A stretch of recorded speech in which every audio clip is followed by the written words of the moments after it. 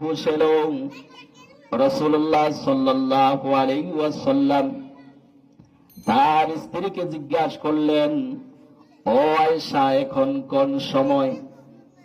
হযরত আয়েশা সিদ্দিকা রাদিয়াল্লাহু তাআলা আনহা বললেন, ইয়া রাসূলুল্লাহ, ইয়া হাবিবাল্লাহ, ইশার নামাজের সময় হয়ে গেছে।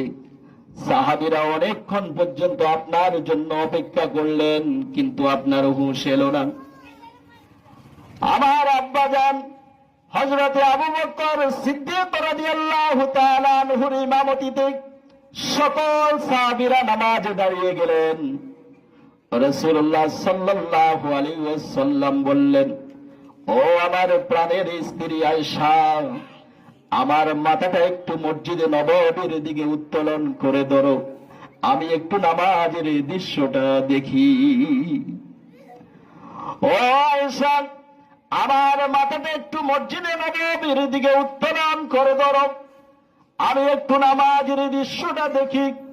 হযরত আয়েশা সিদ্দিকা রাদিয়াল্লাহু তাআলা আনহা